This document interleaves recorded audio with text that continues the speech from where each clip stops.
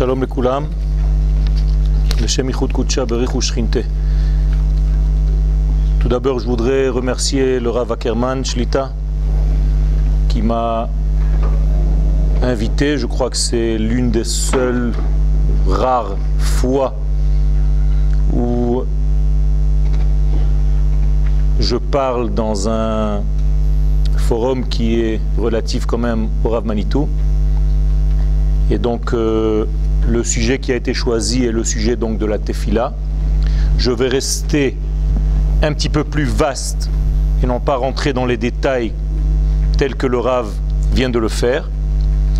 Et en plus de cela, il a rajouté la mention de la préopération Tzuk Eitan. Et lorsqu'il m'a demandé d'intervenir ce soir, j'ai rajouté moi aussi mon prisme pour parler d'un sujet qui me tient à cœur, c'est-à-dire la Tefila supérieure. Où est-ce que je veux en venir? On va commencer. D'abord, il faut savoir que le monde Israël, comprenant la Torah, comprenant la sagesse divine et son dévoilement sur terre, cet ensemble est toujours formé de deux étages. Il est un étage supérieur où les idéaux se trouvent. C'est un monde qui est parallèle au nôtre, c'est-à-dire intérieur au nôtre. Un monde où la loi, l'ADN de ce monde, c'est en réalité la pensée divine telle que les choses doivent apparaître au niveau du corps.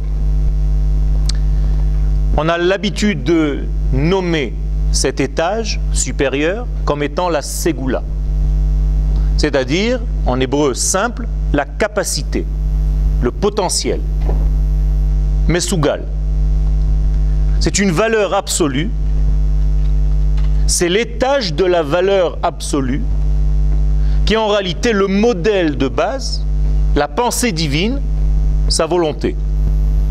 On l'appelle dans certains contextes Olam Haba, non pas comme on a l'habitude malheureusement en français de le traduire, le monde futur.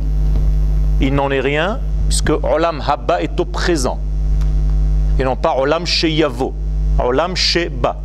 Autrement dit, le Olam Haba est un monde de valeurs intérieures, divines, mais qui se trouve caché, enveloppé dans le Olam Hazé, qui est un monde superficiel du niveau de l'écorce.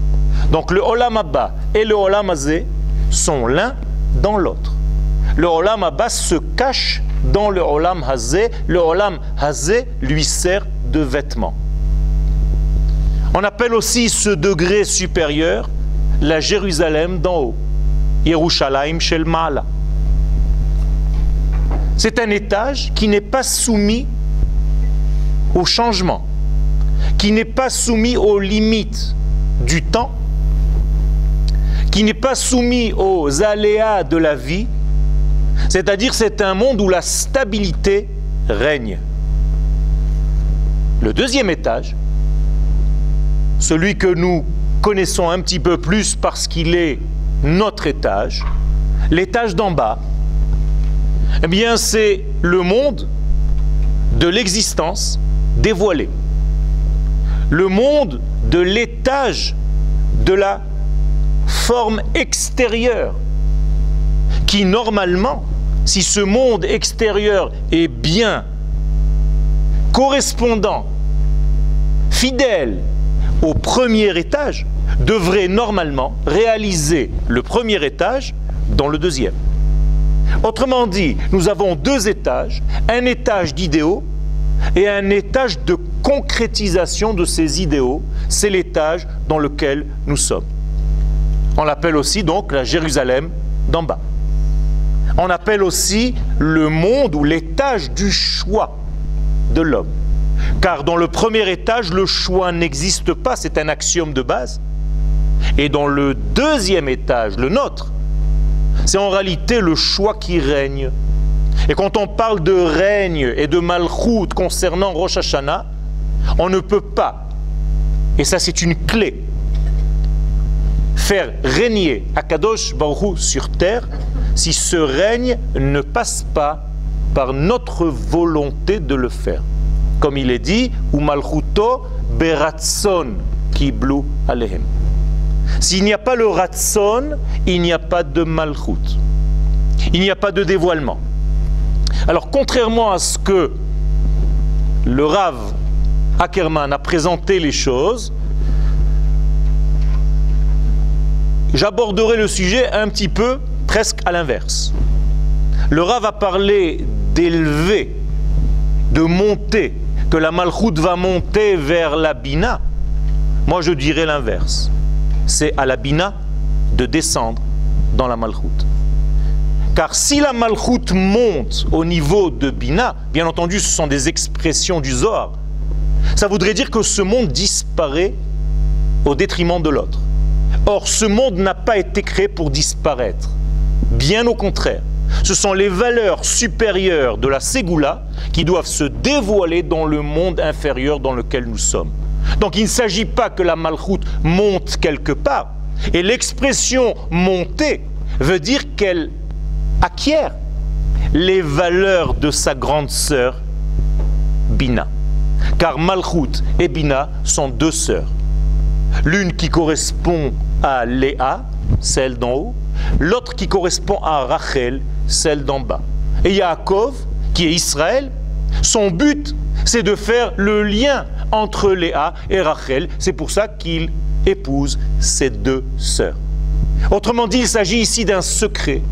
Le mariage de Yaakov avec ses deux sœurs, c'est tout simplement pour faire le lien entre les valeurs absolues du divin, pour que ces valeurs se dévoilent dans notre monde inférieur.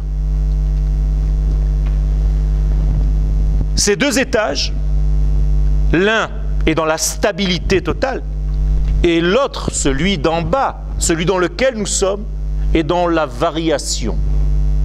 Il est dans le monde du mouvement. Et c'est dans ce mouvement que les choses doivent se faire pour, encore une fois, recopier l'étage supérieur dans l'étage inférieur. Les sages dans la Kabbalah nous donnent l'exemple des deux lèvres que nous avons dans notre visage. Vous remarquerez que lorsque l'homme parle, la lèvre qui bouge essentiellement est celle du bas et non pas celle du haut. Ça veut dire qu'ici nous avons les deux mondes que je viens de vous définir. Le monde des valeurs, c'est la lèvre supérieure. Elle est dans la stabilité, alors que le monde d'en bas, qui est dans le monde variable, évolutif, perfectible, il est dans la lèvre d'en bas qui, elle, fait tous les efforts pour réaliser les valeurs d'en haut en bas.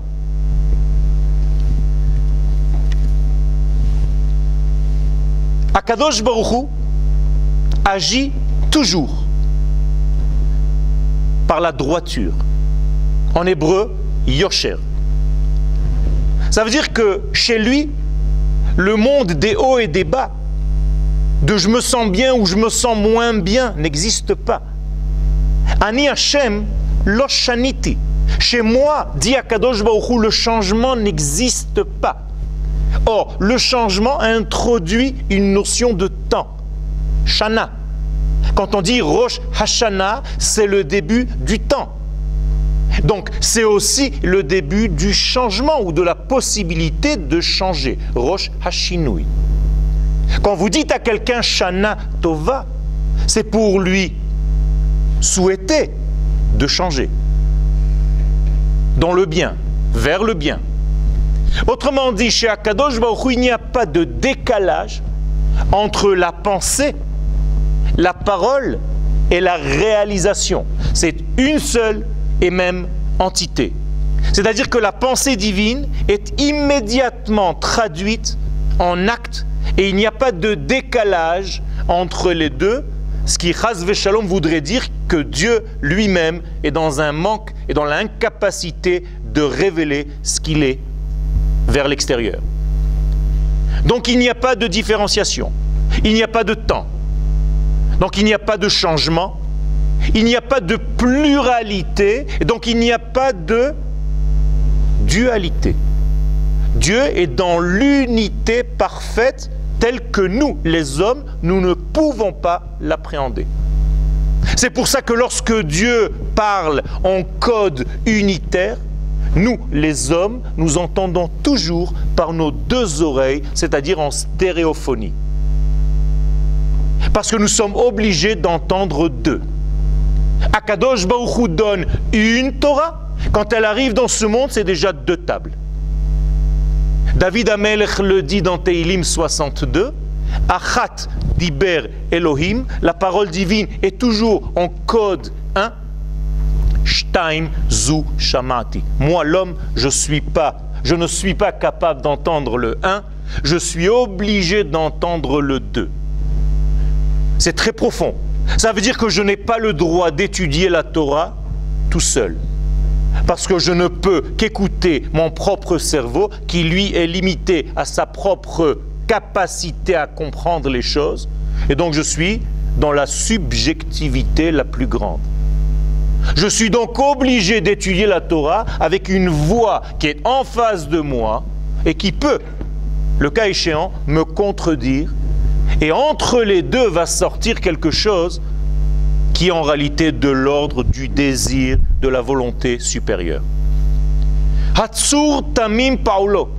Akadosh Baruch Hu nous dit le verset dans Devarim 23-32, tout ce qu'il fait, il est comme un rocher et son action est tellement puissante qu'elle est dans la vérité absolue, dans la justesse et dans la justice.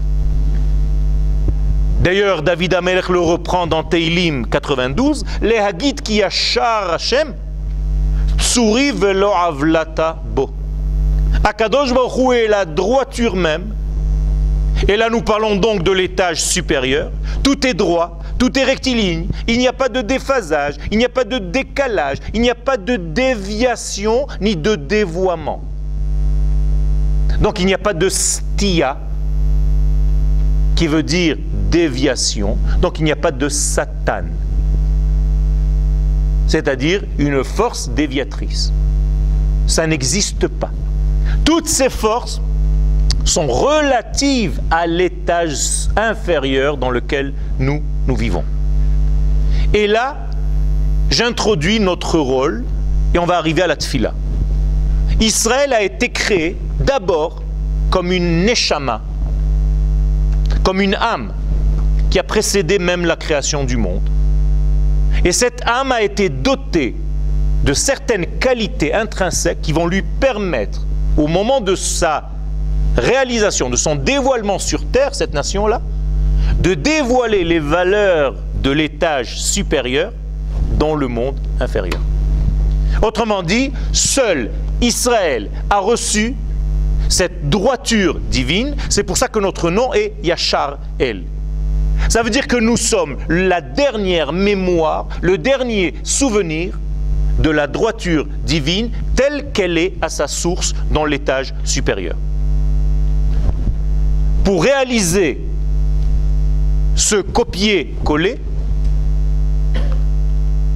il faut être détenteur de certaines clés. Or, Akadosh Baruch Hu nous a donné aussi les clés du temps. C'est Israël, grâce à cette forme d'âme supérieure et spéciale, qui a reçu aussi la capacité à savoir ce qui est en train de se passer dans le monde supérieur pour le recopier dans le monde d'en bas. C'est pour ça que nous prions à Rosh Hashanah, par exemple, alors que toutes les nations du monde continuent à rouler comme si de rien n'était. Parce que nous savons au même moment précis ce qui se passe dans l'étage supérieur qui est invisible, bien entendu, mais nous sommes à l'écoute et nous sommes capables de traduire au niveau du temps ce qui est en train de se passer. C'est extraordinaire, nous avons les clés de ce temps. Et nous sommes le Shem, Hachem. Car le Shem, c'est la royauté, c'est le dévoilement. Ça veut dire que le dévoilement de l'étage supérieur, c'est le nom. Car le nom est une expression. Donc Israël, c'est le nom d'Akadosh Baruch Hu. C'est-à-dire sa capacité à se dévoiler sur terre.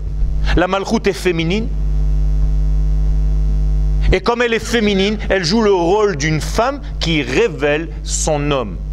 Donc l'assemblée d'Israël qui est intimement reliée à cette Malchut, il n'y a pas de Malchut dans ce monde sans le peuple d'Israël. Pour que la Malchut descende des mondes supérieurs avec toutes les valeurs qu'elle doit venir avec, eh bien il faut un canal, un vecteur, un médiateur, et ce médiateur c'est le peuple d'Israël. Donc qu'est-ce que nous devons faire ici en bas? Tout simplement accompagner le mouvement qui existe déjà en haut. Il y a un mouvement supérieur, un mouvement divin, un mouvement infini, et nous en bas, à l'étage des hommes et de la vie qui cache cet étage. C'est pour ça que le monde s'appelle Olam, parce que nous sommes dans un monde qui cache. Eh bien on doit dévoiler et à nous-mêmes et au monde entier ce qui se passe à l'étage supérieur. Donc nous devons accompagner le mouvement divin dans notre monde inférieur par nos pensées, par nos paroles et par nos actions. Et pour arriver à faire ce travail, à devenir associé à Asher bara Elohim la'asot, pour Israël ça a été dit, nous devons compléter, il nous a placés en tant qu'associés dans cette création, dans cette perfectibilité.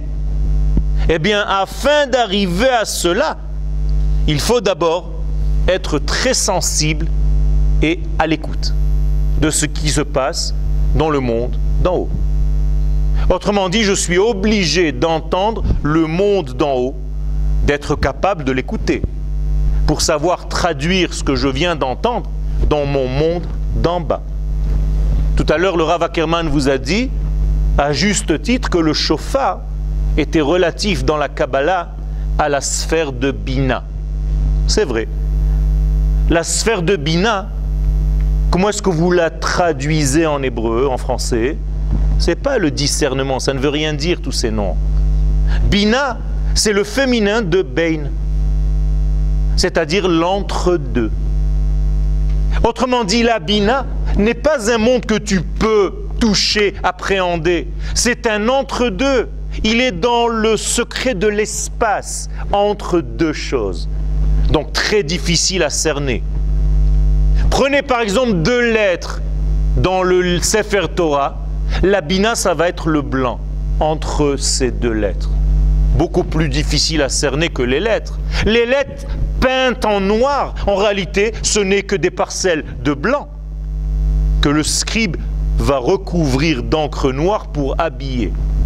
Donc en réalité, on habille certaines parties du blanc pour pouvoir lire. Très pauvres, nous sommes. On devrait lire tout le blanc, mais on ne sait pas lire le blanc. Alors on nous a peint certaines parties de ce blanc, mais la majorité reste encore blanche. Et on ne sait pas la lire.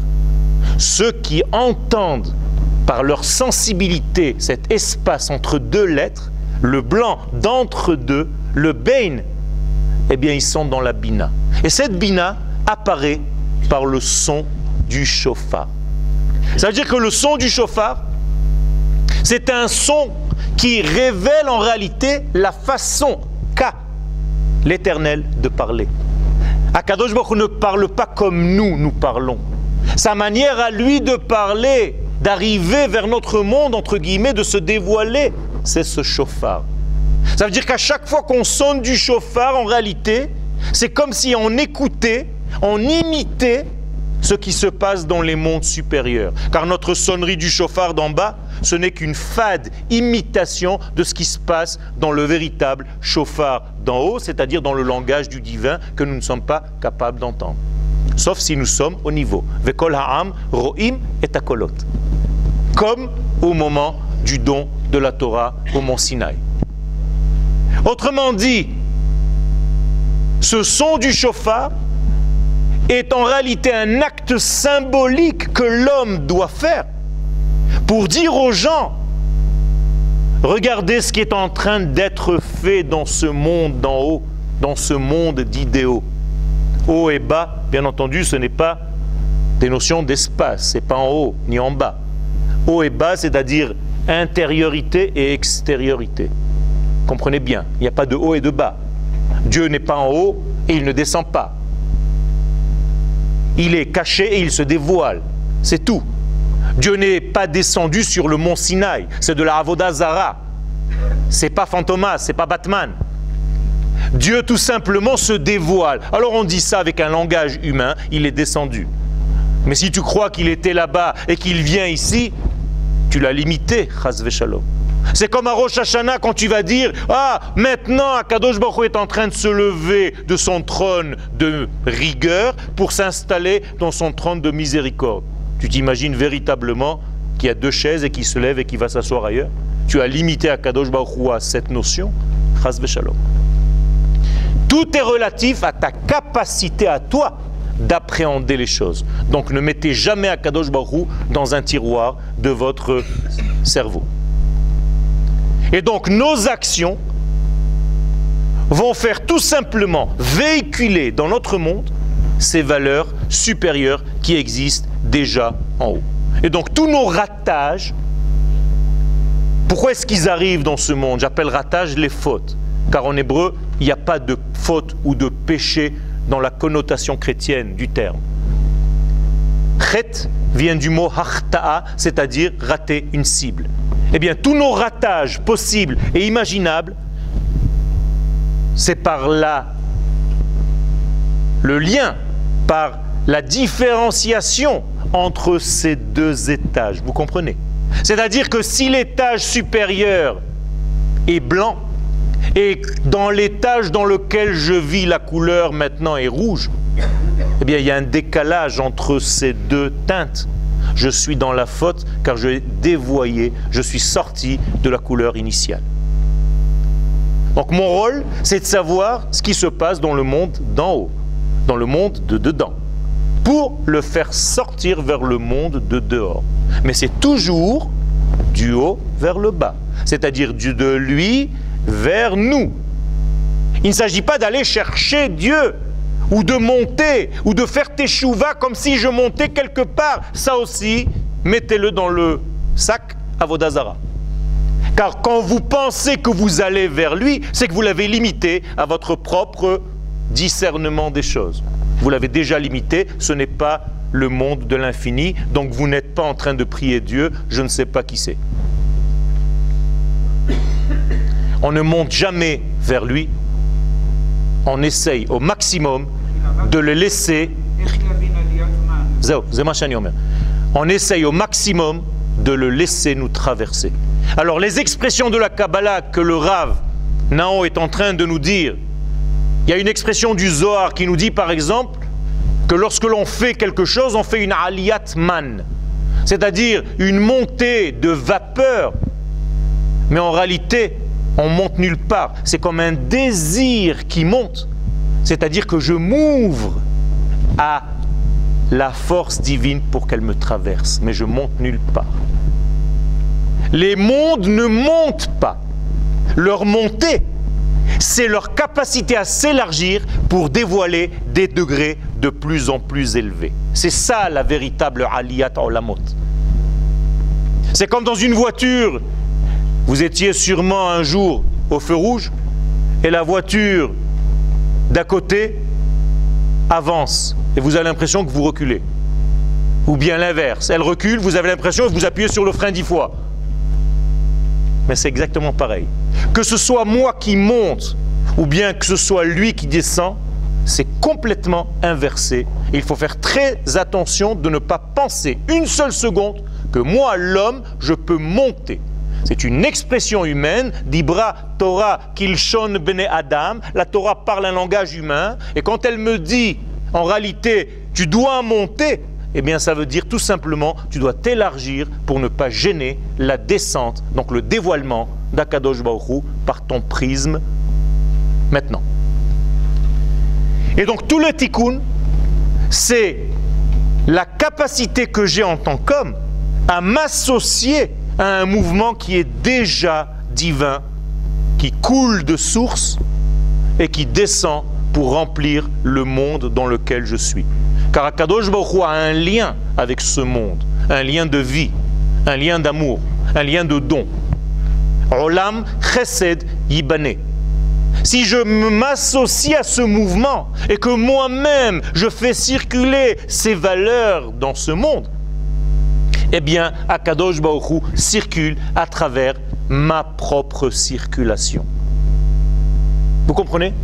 Ça veut dire qu'en réalité, je dois moi-même adopter, entre guillemets, le mouvement divin pour que le mouvement divin s'habille dans mon mouvement à moi et circule et remplisse le monde dans lequel nous sommes.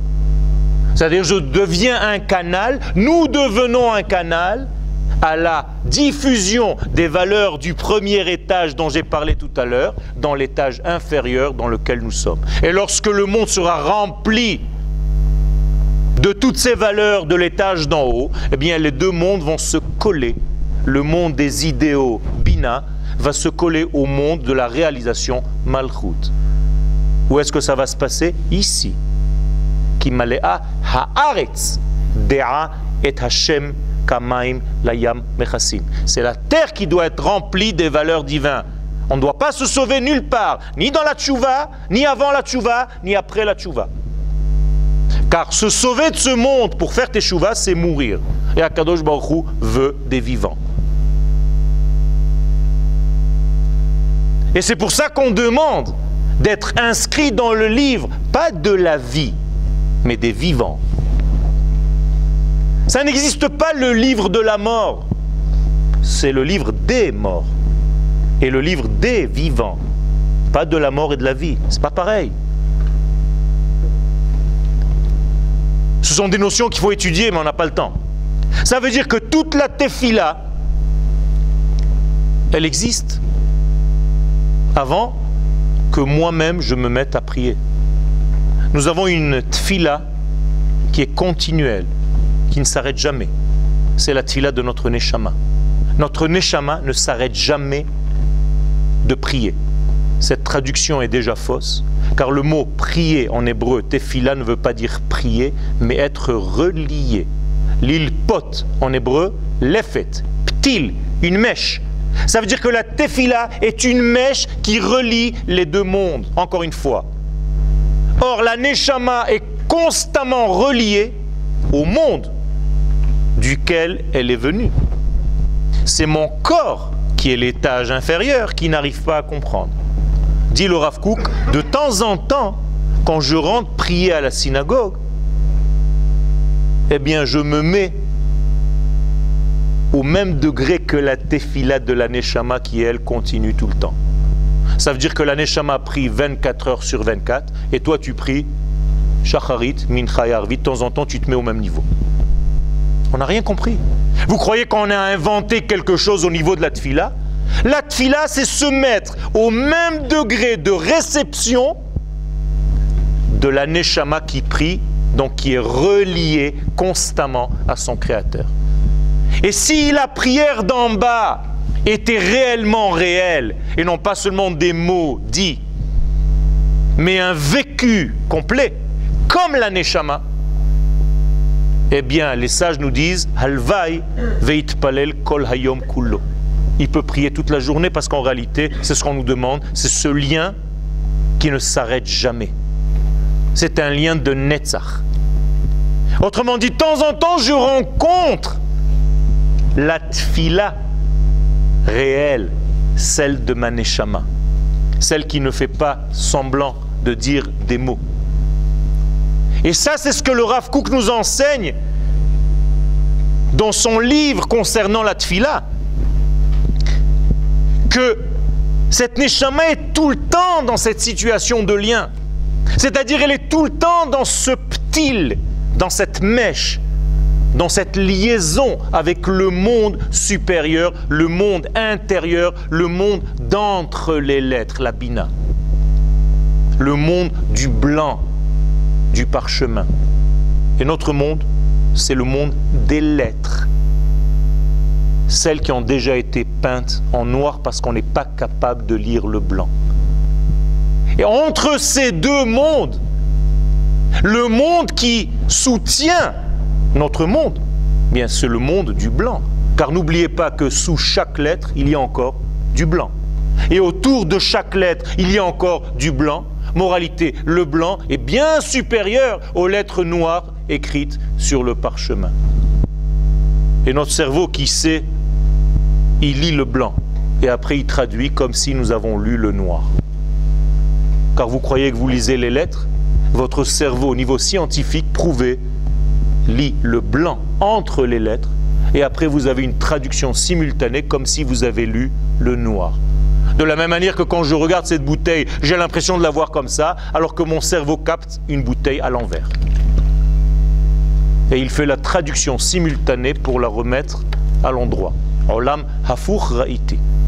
Autrement dit, le Olam Haba, le monde caché, et le Olam Hazé doivent avoir un lien, un trait d'union, et ce trait d'union s'appelle la Tefila. Et donc cette Tefila, en réalité, qu'est-ce qu'elle demande?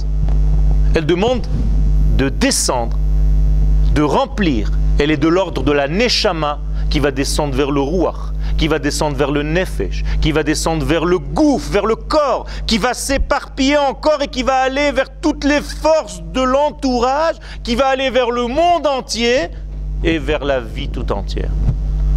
Ça veut dire qu'il y a un seul mouvement de vie et il est toujours du haut vers le bas.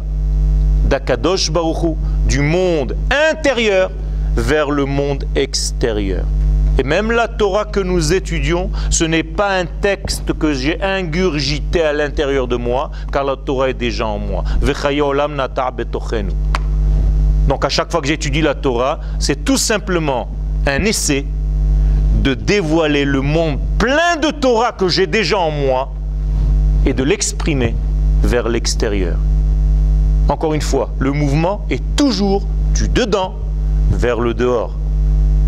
La diffusion des valeurs du monde intérieur vers le monde superficiel, pour que le monde superficiel ait la même couleur, les mêmes nuances que ce monde de l'intériorité.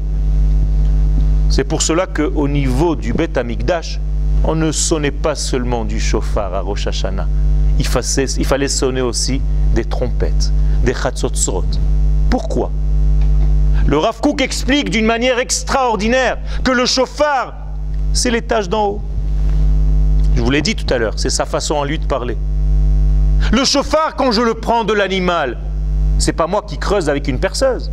Il est déjà fait le shofar. J'ai qu'à l'enlever de la corne qui se trouve sur la tête de l'animal. J'enlève la corne, elle est déjà creuse. J'enlève une membrane, c'est fini, c'est déjà creux. Il n'y a pas à creuser, à percer. C'est-à-dire que le shofar est une création divine. Moi, en bas, je dois fabriquer des trompettes. Et les trompettes, c'est une fabrication humaine. Ça veut dire que je dois imiter, essayer d'arriver au diapason de ce qui est en train d'être sonné dans les mondes supérieurs par la trompette qui est fabrication humaine dans le monde d'en bas. Et le Zohar de dire Chatzotzrot, al tikre Chatzotzrot, et la Chatzaei Tsurot. Vous êtes des demi-portions. Chatzi Tsura, une demi-forme. Et cette demi-forme, qu'est-ce qu'elle doit faire? Elle doit tout simplement copier, coller la véritable forme, le shofar. Car le shofar, toujours, est connotation d'intériorité. Keivan de les zikaron kaate kelifnim dame, dit la Gemara. Le shofar est toujours intérieur, jamais extérieur. Il est toujours synonyme de rassemblement. Il est toujours synonyme de passage. Au moment où Akadosh Baruch Hu nous donne la Torah, il y a un chauffard. Au moment où on doit rassembler, il y a un chauffard. Au moment où on sort en guerre, il y a un mouvement divin qui accompagne le mouvement humain. Au moment où on sonne du chauffard, on sonne aussi des trompettes. Et qu'est-ce qu'on est en train de faire? On est en train de faire un mariage entre ces deux mondes, entre la Bina et la Malchut. La Bina qui est le chauffard et la Malchut qui sont les trompettes. Combien de trompettes il y a? 2. Combien de chauffarot il y a? 1. Maintenant vous comprenez. Achat diber Elohim, shtaim zu shamati. Moi dans ce monde, je ne peux pas être un. Donc je dois apporter le monde dans lequel je suis, le monde de la pluralité, donc j'apporte 2 trompettes. Alors que le chauffard est toujours Tekar Beshofar, lo Beshofarot.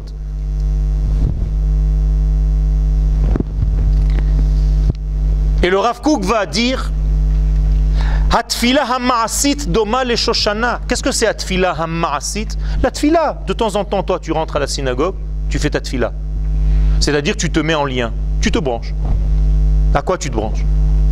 À la tfila qui est elle continuelle, qui ne s'arrête jamais. Toi quand tu as été dormir, ta neshama elle a continué sa tfila, c'est-à-dire son lien, jamais il s'arrête. De temps en temps, ton corps avec ton âme ici-bas, tu rentres dans un bet knesset pour te brancher à la prise qui marche tout le temps. Alors à quoi ça ressemble? Dit à une rose, qui ouvre ses pétales, pour contenir et recevoir la rosée. Encore une fois, je ne fais que m'ouvrir, je ne peux pas monter, je laisse descendre, je ne gêne pas le flux divin qui me traverse, qui doit me traverser, et surtout en tant que nation, pour avoir de plus en plus de divin dans ce monde. Oh, dit le Rav Kook, l'iklot et karne hashemesh, c'est la même chose, pour contenir et recevoir, capter la lumière du soleil. Bien entendu, ici le soleil c'est synonyme d'Akadosh Baruch Hu, et la rose Shoshana, que Shoshana ben Hachochim, ken Ra'ayati ben Habanot, Shoshana, c'est pas seulement une rose, c'est celle qui est soumise au changement. Shoshana, shehi ba'alat hashinuim, dit le Zohar. D'ailleurs, c'est l'ouverture du Zohar. C'est-à-dire, vous êtes dans un monde de changement, donc de Shana. Shoshana, Shana Tova, c'est la même chose. Ça veut dire, vous êtes dans un monde de changement, donc Shana Tova, change pour le bien, change bien. Bon changement, Shana Tova, pas bonne année. C'est sûr, bonne année. Mais bon changement, parce que le but, c'est pas d'avoir une bonne année. Le but, c'est de jouer notre rôle en tant que nation pour dévoiler la Malchut, car toute la journée de Rosh Hashanah, c'est que pour cette chose-là. Et même quand on dit Imru lefanai malchuyot, zichronot, veshofarot, tout ça, c'est kedesh tamlichuni alechem.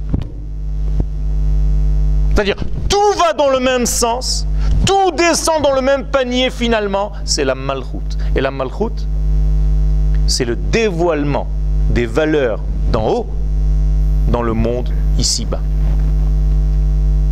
Et lorsqu'on arrivera à faire ce degré-là, lorsque dans ce monde qui est relatif au changement, aux perturbations, aux aléas, on arrivera à la stabilité telle que cette stabilité se trouve en haut, car chez Akadosh Baruch Hu, le changement n'existe pas. Ani Hashem lo shaniti, hine lo yanu velo ishan.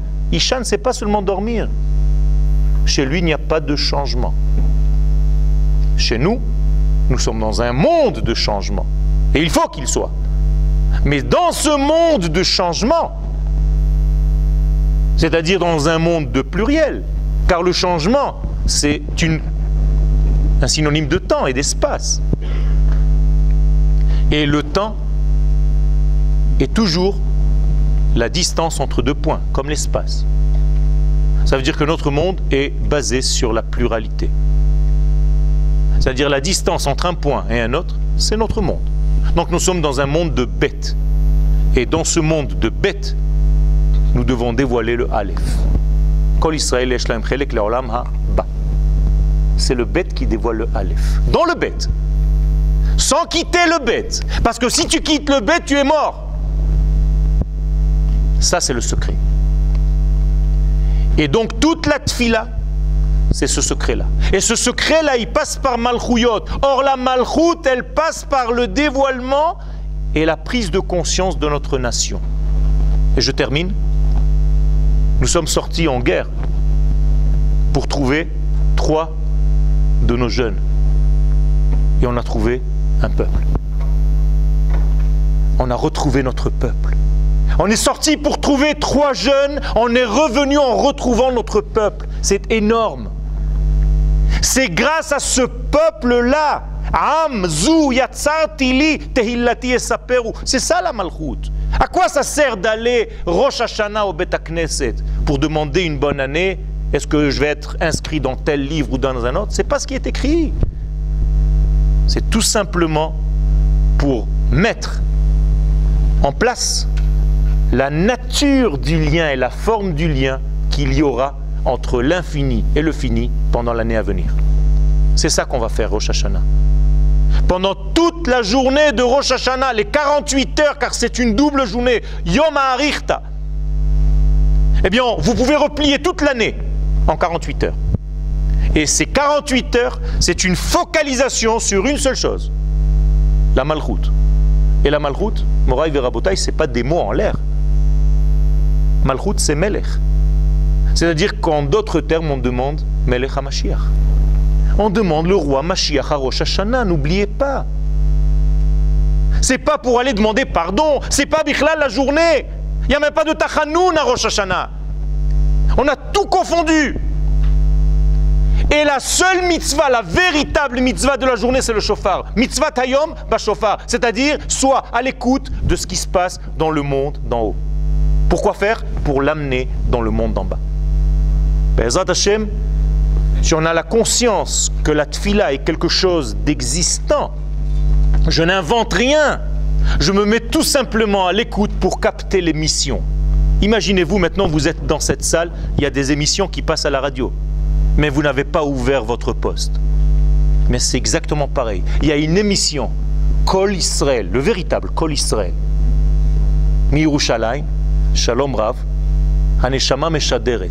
De temps en temps, on arrive un tout petit peu à entendre des morceaux d'émission avec beaucoup de psh, psh au milieu. C'est ça notre problème. Il faut qu'on revienne à la sensibilité, à la hadinout, au Eden, pour capter ces émissions et être à l'écoute, être à la disponibilité de cette écoute pour pouvoir traduire les valeurs d'en haut en bas. Et comme dit le Sfat Emet, la asot min haaretz shamayim, pour que cette terre devienne un ciel. C'est-à-dire que le ciel et la terre se retrouvent. Pas comme les autres qui avaient peur que le ciel leur tombe sur la tête. Parce qu'ils ne voulaient pas faire le lien des mondes, ils voulaient séparer les mondes. Nous voulons faire le lien entre ces deux mondes. Et ce lien-là amène avec lui bénédiction, prospérité, santé, tout ce que vous pouvez rêver. Abondance dans tous les termes. Yiratzon, shadvarim, itmamshu, bechayenu, amen ken yiratzon.